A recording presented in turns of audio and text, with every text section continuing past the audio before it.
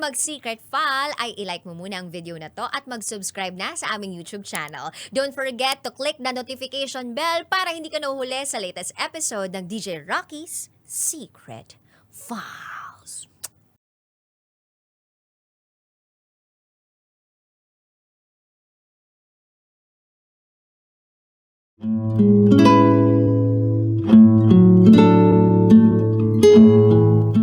And now, it's time for DJ Rocky's Secret Files.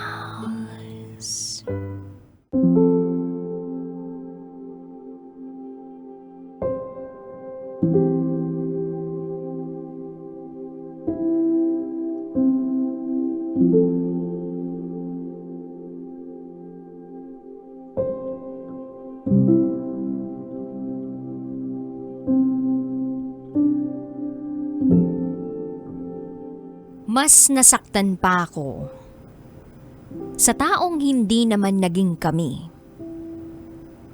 kesa sa ex ko.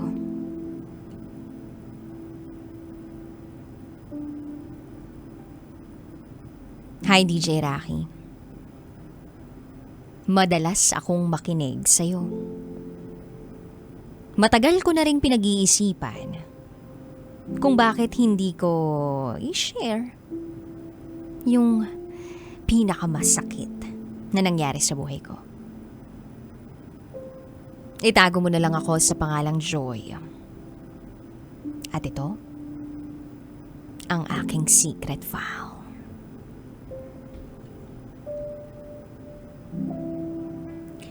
Galing ako noon sa almost 4 years relationship. Wala napagod ako. Napagod ako maging parang nanay sa karelasyon ko. Oo, hindi nga siya babaero. Kaso, lasinggero naman. Madalas akong nahihirapan dahil sa kanya. Naalala ko nga, bago-bago pa lang kaming magkarelasyon. Magpapakasagad siya sa pag-inom ng alak hanggang sa hindi niya na kayang umuwi. Pilit ko siyang binubuhat kahit hirap na hirap ako maiuwi lang siya sa kanila. Madalas sa kanila ako natutulog. Hanggang sa napaisip ako, deserve ko ba to? Yung tipong ang laki-laki ng katawan niya. Samantalang ang payat-payat ko lang.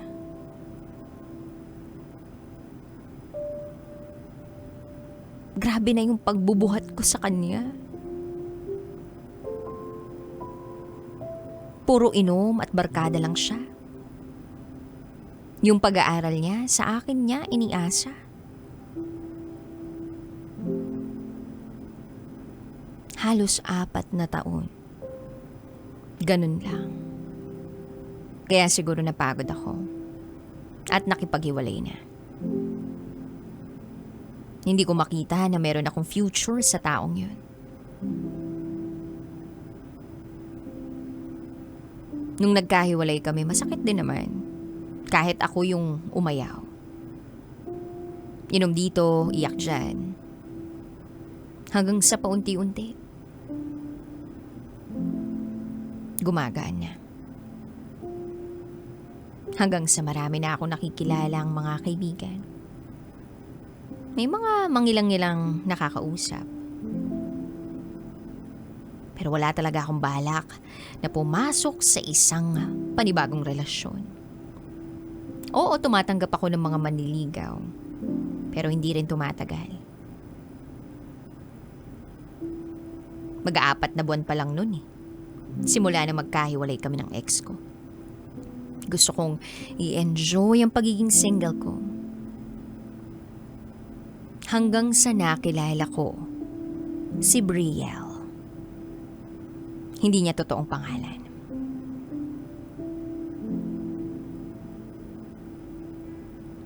birthday ng isa sa mga kaibigan ko.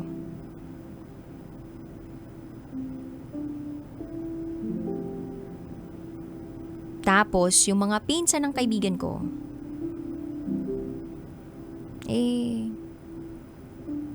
kilala siya.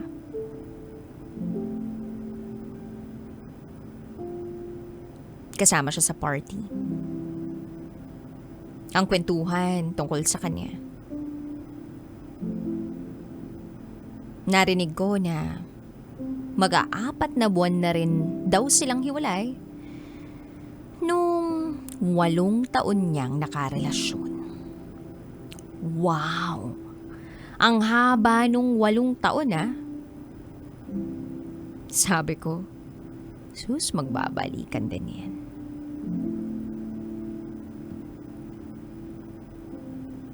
Nung una wala naman akong pake. Hanggang sa nakasama ko uli siya. In-invite ako ng mga pinsan niya na sumama sa kanila. Pagdating sa bahay nila, nanood kami ng movie. Hanggang sa sabi ko, nood kayo ng laban ko bukas Player kasi ako ng volleyball sa barangay namin. Nag-promise sila na pupunta. So ayun, nanood sila ng laro ko. After laro, diretso uli kami sa kanila. Set na naman ang mga first son. Hanggang sa wala na ngang may kaya na maghatid sa akin dahil lahat sila bagsak. Wala akong choice kundi dun na matulog sa kanila. At dun ko first time nakatabi si Brielle. Bakit? Paano ba naman kasi wala na akong mahigaan? At siya, nasa kama na pagkalaki-laki. So tumabi na lang ako. Magkalayo naman kaming dalawa Tsaka, ayoko rin namang may masabi yung mga kasama namin dun. Kinabukasan ako yung unang nagising. Sumunod si Brielle. Kailangan ko na umuwi noon kaya sabi ko, pwede mo ba akong ihatid? Pumayag siya. Hinatid naman niya ako. Then pagkarating ng bahay, inad niya ako. In-stalk ko siya. Hindi ko na matandaan kung sino unang nag-message sa aming dalawa. Basta, nagkausap kami sa chat. Normal conversation lang naman. Tapos may pag-send pa ng voice message. Hanggang sa, ang weird na ng pakiramdam ko. Parang sa araw-araw naming magka-chat, unti-unti na ako nagkakagusto sa kanya. Nakaka-in-love yung boses niya. Ang sarap sa tenga. Nagkukwento siya ng mga ganap niya sa buhay. Ganon din ako. Lumalim ng lumalim yung pag-uusap naming dalawa.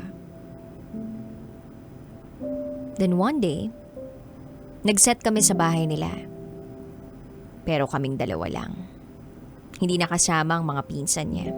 At yung iba pa naming mga kaibigan. After noon, napadalas na yung pagkikita namin. Minsan doon ako natutulog sa kanila. Ang saya lang. Kasi pakiramdam ko, nagkakaintindihan kaming dalawa. Then nakilala ko na yung papa at dalawa niyang mga kapatid.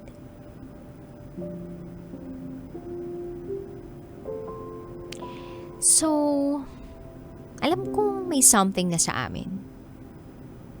Pero hindi muna namin ipinagsabi sa iba yung tungkol sa namamagitan sa amin, lalo na sa ibang mga pinsan niya. Bakit? Kasi niligawan ako dati ng isa sa mga pinsan nila. Hindi ko naman gusto. At alam ko naman sa sarili ko na wala naman akong niloloko. Yun, pinanghinto ko yung pinsan niya dun sa paniligaw sa akin. Kasi ayoko pa nun. At that time, Hindi naman ako ganito. I mean, hindi pa naman ako nahuhulog kay Brielle. Basta, ang bilis lang kasi ng mga pangyayari. So, ayun. Sinubukan niya aming itago yung amin ni Brielle. Hanggang sa nalaman ng iba pang mga pinsan ni Brielle. Yung amin. Inamin na rin namin. Hindi naman nagalit yung pinsan niya.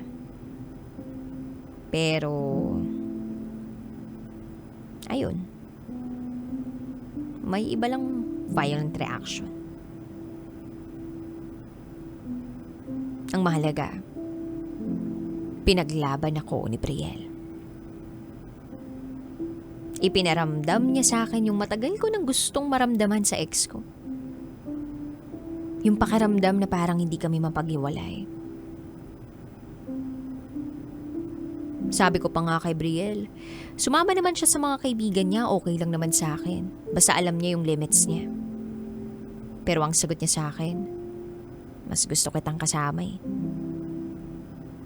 Pakiramdam ko ang lalim-lalim na ng tiwala namin at pagmamahal sa isa't isa. Nagkakaintindihan kami, mas naging matured akong mag-isip. Kung dati sa relasyon ko, lagi kami nag-aaway. Pero ngayon, kahit hindi kami madalas mag-usap ni Brielle, nandun pa rin yung tiwala, respeto at pagmamahal. Yung ibang mga kamag-anak niya nga, botong-boto sa akin. Simula nung naghiwalay daw si Brielle at yung ex nito, hindi na nila nakitang sumaya uli si Brielle. Laging nakasimangot, masama raw ang tingin. Pero dahil daw sa akin, nangingiti uli siya.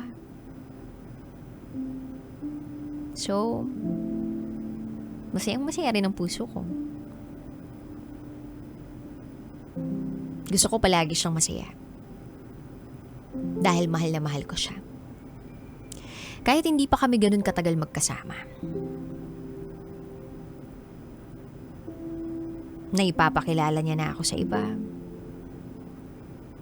At lagi niyang sinasabi sa akin, huwag ko raw siyang iiwan. Dahil mamahalin niya pa ako habang buhay. Paminsan, natatanong ko siya kung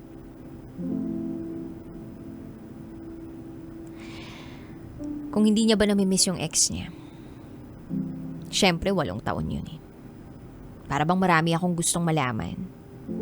Gusto kong malaman kung paano ko siya mamahalin. Paano niya gustong mahalin siya. Kasi kayang-kaya ko namang mag-adjust, maiparamdam ko lang sa kanya na mahal ko siya.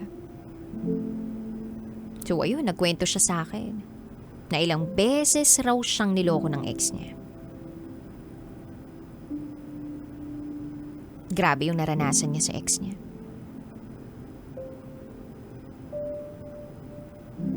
Nung tinanong ko sa kanya kung namimiss niya ba, at kung nabibigla lang siya sa akin o baka nadadala lang, ang sagot niya ay, hindi mo naman alam yung ginawa ng ex ko eh. Hindi na ako babalik sa ganun. Hindi na ako babalik sa ganun. Tumatak yun sa isip ko. Pinaniwalaan ko yun. Kasi ramdam ko na sobra-sobra din yung pagmamahal niya sa akin. Fast forward. Magta3 buwan na simula nung nagkakilala kami. Pero kung bibilangin yun, parang ang dami nang nangyari sa amin. Parang 1 taon na kaming nagsasama. May biruan pa nga kami na ipapatato namin sa balat ng isa't isa yung mga pangalan namin. Basta walang iwanan. Walang sukuan. Magmamahalan lang. Then one day, may message ka.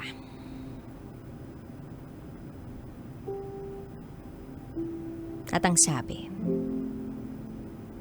"Baby, may sasabihin ako. Sorry pero gusto ko munang ihinto to. Sobrang gulo ng utak ko. Hindi ko lang sinasabi dahil nahihiya ako.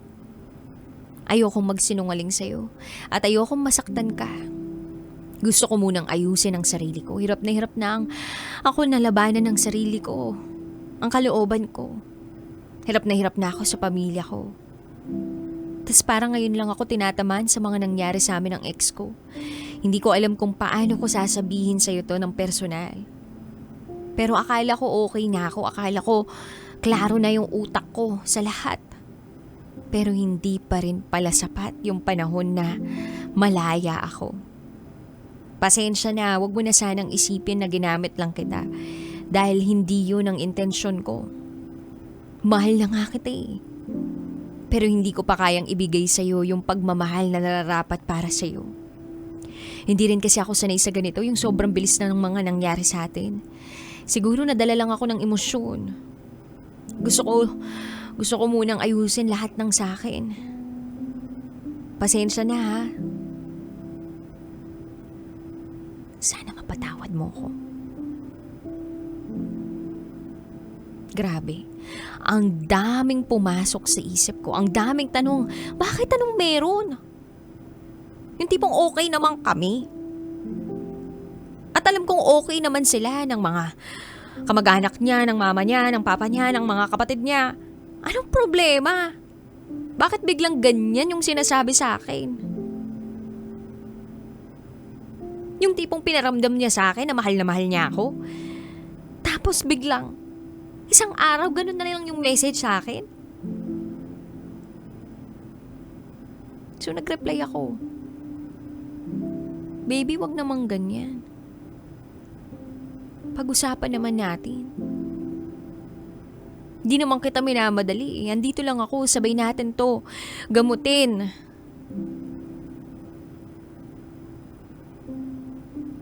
Wag naman sanang desididong-desidido ka na iwan ako. Wag ka basta-basta nagdedesisyon. Pag-isipan muna natin to. Then nag-reply siya. Matagal niya na raw naisip.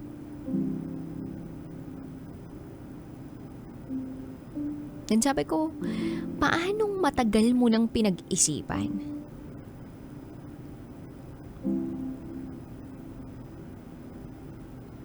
Di ba pinapunta mo ko dyan? Kasi nabimiss mo na ako. Ang saya-saya pa natin, di ba? Ayusin natin to. Pero ang sagot niya lang sa akin ay sorry. Nag-lock ako sa kwarto ko nun. Iyak lang ako ng iyak. Walang magawa. Mugtong-mugto ang mga mata ko.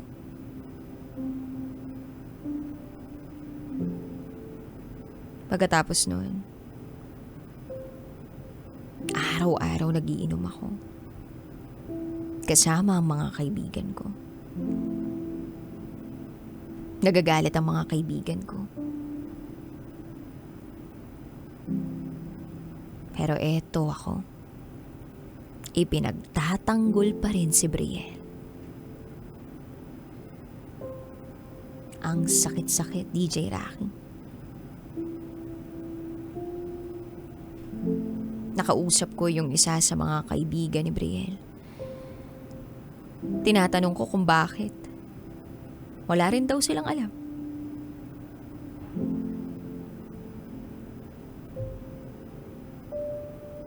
Walang alam. Yun ang isa sa mga masasakit na marinig. Yung parang wala lang. Wala ring alam ang mga kaibigan ni Brielle. Kung bakit? kung bakit bigla na lang bumitaw si Brielle. Nakakapanghina. Pakiramdam ko wala akong tinira sa sarili ko. Yung tipong ako na yung naiwan. Pero ako pa rin yung nagtatanggol sa taong mahal ko.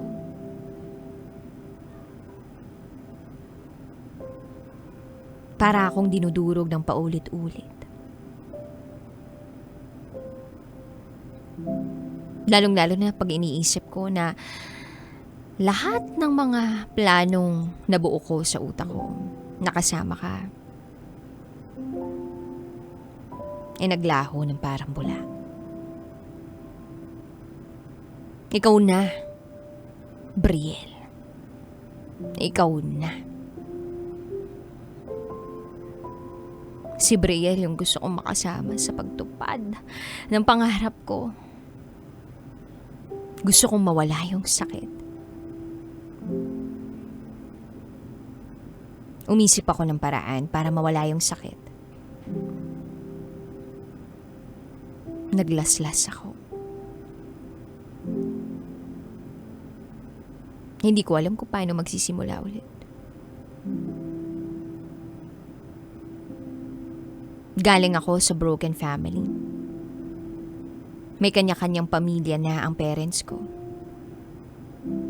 Sa lola at tita ko ako lumaki. Ramdam ko namang mahal nila ako.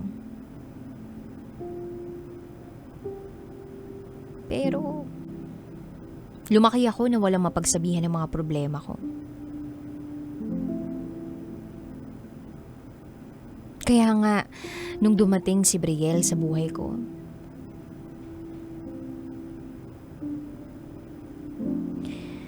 parang nagkaroon ako ng kasangga.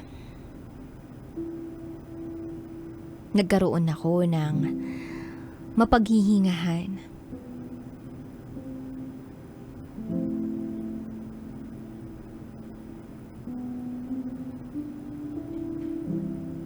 So, ayun.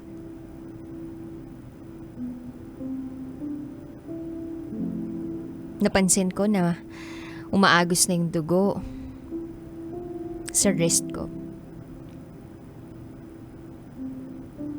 Nagising yung girlfriend ng kapatid ko, nagsisigaw siya dahil nakita niya yung kamay ko.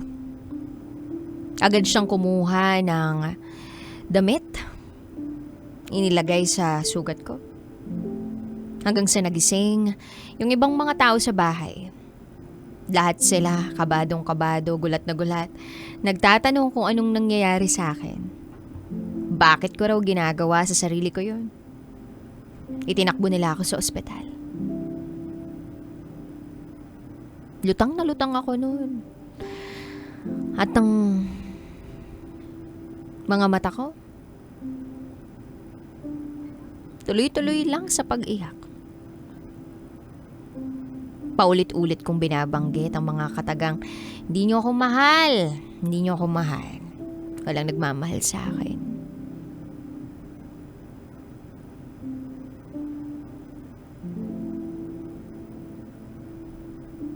Habang ginagamot yung sugat ko, hindi ko na malaya nakatulog na ako.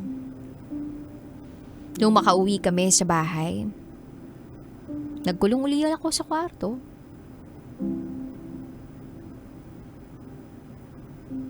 Tapos nagpatugtog ng kanta. Muli. Kinaya ko yun, ngunit bakit ganun? Hindi ko alam anong gagawin ngayon. Relate na relate ako sa kantang yun dahil ang dami ko na kasing kinaya sa buhay. Ang dami ko ng pinagdaanan. Pero bakit nung iniwan ako ni Brielle? Nung nawala siya, parang gumuho yung mundo ko. Parang ang hina-hina ako. Nabigla silang lahat sa nangyari sa akin. Kasi kilala nila akong masayahin. Palabiro. Yung tipong kayang-kayang lahat.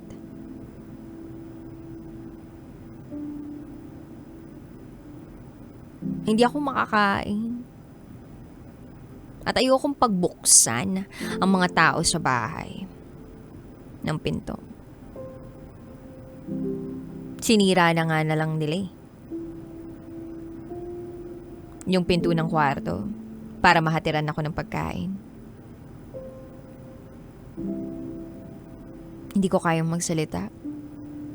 Yung para bang wala akong enerhiyang magsalita. Iyak lang ako ng iyak.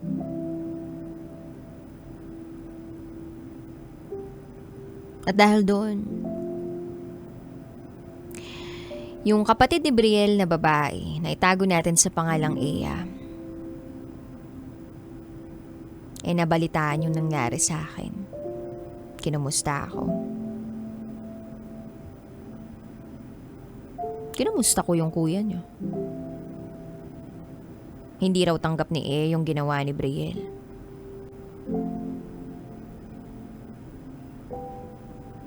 And pinagtanggol ko na naman si Brielle. Na hindi naman kasalanan ni Brielle na iwan ako. Sinabi sa akin ni Iya na wala naman daw problema sa bahay nila. Ang tanging may bibigay lang nila sa akin ay paghingi ng pasensya. Wala naman silang magagawa eh. Ayaw na sa akin ng anak nila.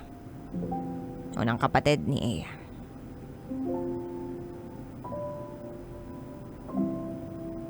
Buti na lang, yung ilang mga kaibigan ko, yung kapatid ko, yung mama ko, kahit papano, nakakagaan sa pakiramdam ko. Basta kapag nalulungkot ako, umiiyak na lang ako.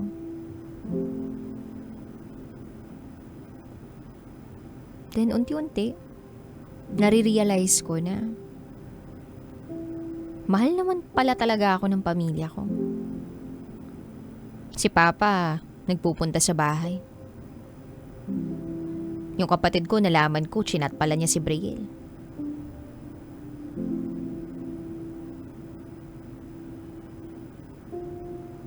Nang malaman yun ni Brielle,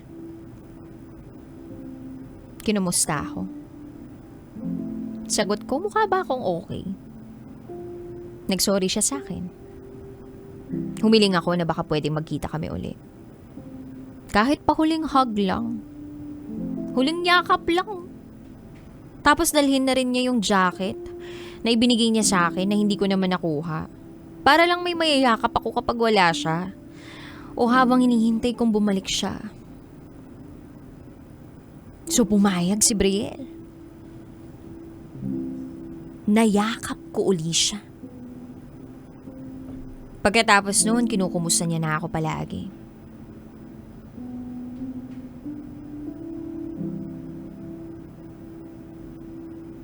Then sabi ko sa kanya, huwag siyang mag-alala dahil hindi ko naman sinabi sa pamilya ko yung ginawa niyang pangiiwan sa akin. Hindi rin naman siya nakilala sa amin. Dahil ako yung madalas na pumupunta sa kanila. Hanggang sa naging okay na naman kami ni Brielle. Inisip ko baka this time ready na siya. Okay na siya eh. Nangako ako na hindi ko siya iiwan, na iintindihan ko siya palagi, na hihintayin ko siya hanggang sa maging okay siya. Unti-unti naging okay kami. Hindi namin agad pinaalam sa iba na okay kami uli. Hindi rin alam ng mga pinsan niya. Napapadalas lumalabas siya, pumupunta sa pinsan niya. Tapos, nakakapag-chat naman siya sa akin. May mga pagkakataong nagiinom sila ng pinsan niya. Pumapayag ako, walang problema sa akin. Basta, ang mahalaga, nagkakausap kami. Ang mahalaga, hindi niya ako iniiwan. Ang mahalaga, nagbalik siya.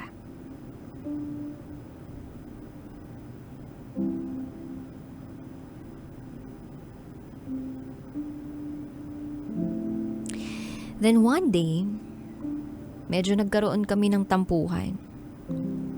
Kasi sa isang buong araw, hindi man lang niya ako ma-chat. Yung pala, kakadating lang ng tita niya galing ibang bansa. Tapos, pakiramdam ko nabaliwala ako.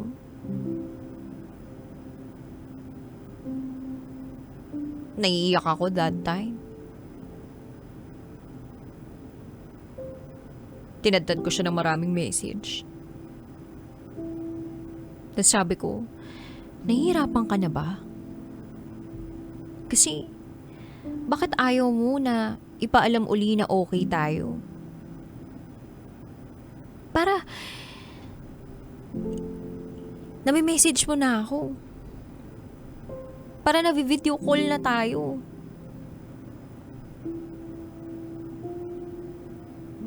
Ang sagot niya sa akin, ikaw ba? Nahihirapan ka na ba? Then sabi ko, okay naman ako kung tatanungin mo ko. Hindi ako nahihirapan, hindi ako napapagod. Pero alam ko na ikaw nahihirapan. Di ba nga sabi natin, kapag mahal mo, walang mahirap, kakayanin lahat. Pero bakit parang sumusuko ka na naman? Baka siguro hindi mo ako ganun kamahal.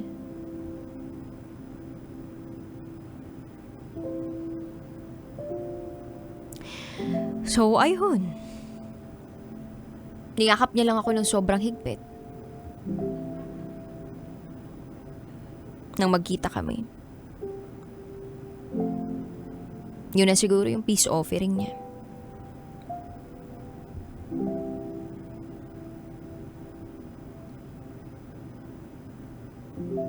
Walang may alam na okay kami ulit. Tiniis ko yun.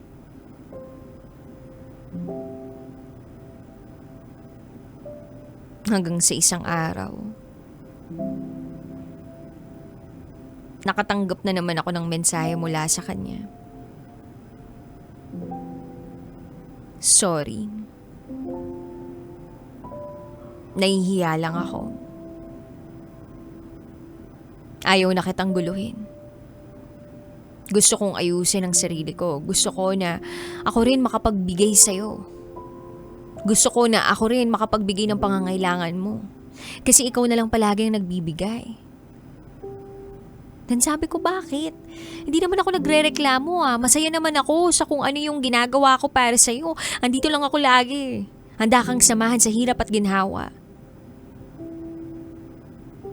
Tsaka ka na lang bumawi sa akin pag meron ka na.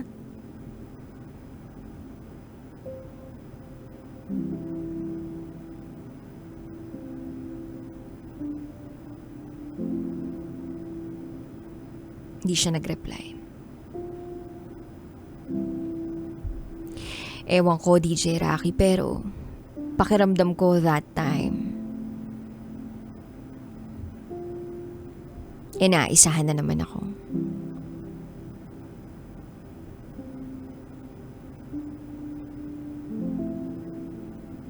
Sorry lang siya ng sorry. Ang gulo-gulo raw ng isip niya.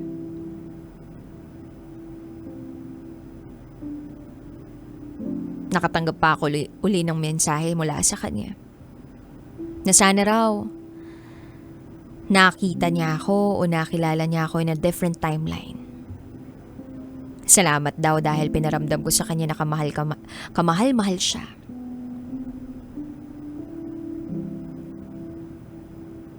Kinuha ko na rin yung pagkakataon na yun para itanong sa kanya yung mga tanong sa isip ko. Kung meron na bang iba. Kung nagkabalikan ba sila ng ex niya. Pero itinanggi niya lahat. Wala raw katotohanan yun. Huwag daw akong maniwala sa kung ano yung sinasabi ng utak ko o ng mga takot ko.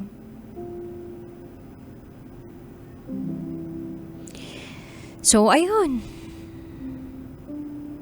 Hindi naman talaga naging kami.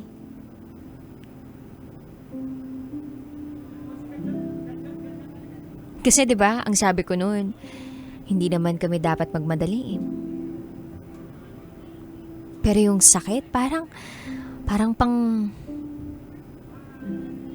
mag-asawa. Yung mas nasaktan pa ako sa taong hindi naman naging kami, kaysa sa naging ex ko. Yung 3 buwan ko lang nakasama, dumurog sa akin. Pero yung 4 na taon kong ex, sakto lang. Ganun siguro talaga. Wala sa tagal, wala sa panahon, o wala sa bilis. Ang lalim ng pagmamahal. Kusa itong nararamdaman. Ngayon, may nakilala akong sobrang bait. Mahal na mahal ako. Alam kong hindi ako iiwan at sasaktan. Masaya na ang puso ko ngayon. Para sa mga nakikinig dyan, huwag na huwag niyong gagayahin yung ginawa ko. Ang daming dahilan para mabuhay. At para sa'yo, Brielle, alam kong mabuti kang tao. Sana mahanap mo na yung taong handa kang mahalin kagaya ng pagmamahal na ibinigay ko sa'yo. Nandito pa rin pala yung pangalan mo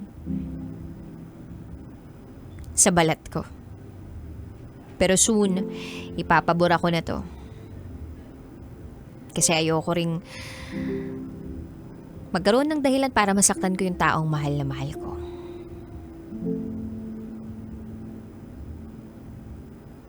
Hanggang dito na lang po. Muli, ako si Joy. At ito, ang aking secret file.